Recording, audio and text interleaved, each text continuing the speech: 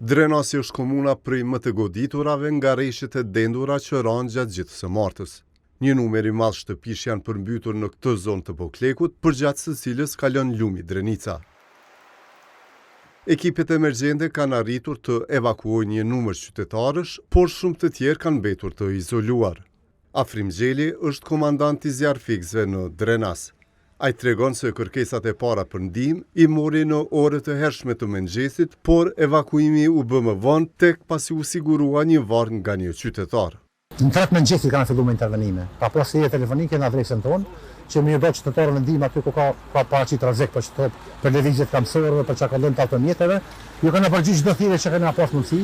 Domthonjë që nga ora 8 e mëngjesit ke filluar me dalë për këtë pjesë ku jemi tani, me bë evakuimin e disa familjeve që jemi në shtëpi Albanime. 10 familje kanë mbetur të bllokuara në këtë lagje të Poklekut. Florent Krasniqi ka ardhur këtu nga Malisheva. Në mesin e të izoluarve është edhe motra e tij dhe fëmijët e saj.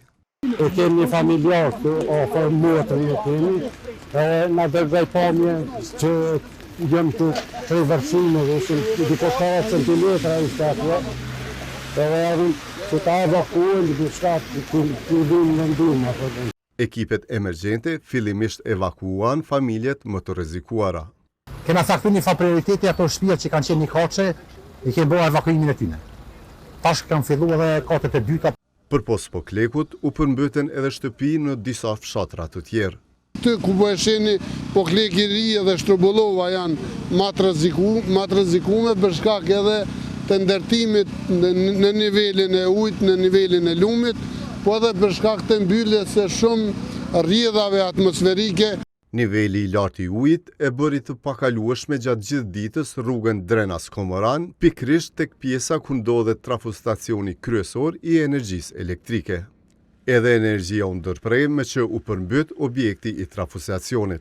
Këtu intervenuan ekipet të specializuara të Agjencisë së Menaxhimit të Emergjencave. Vërshimet kanë shkaktuar dëme edhe në ekonomi familjare dhe në biznese.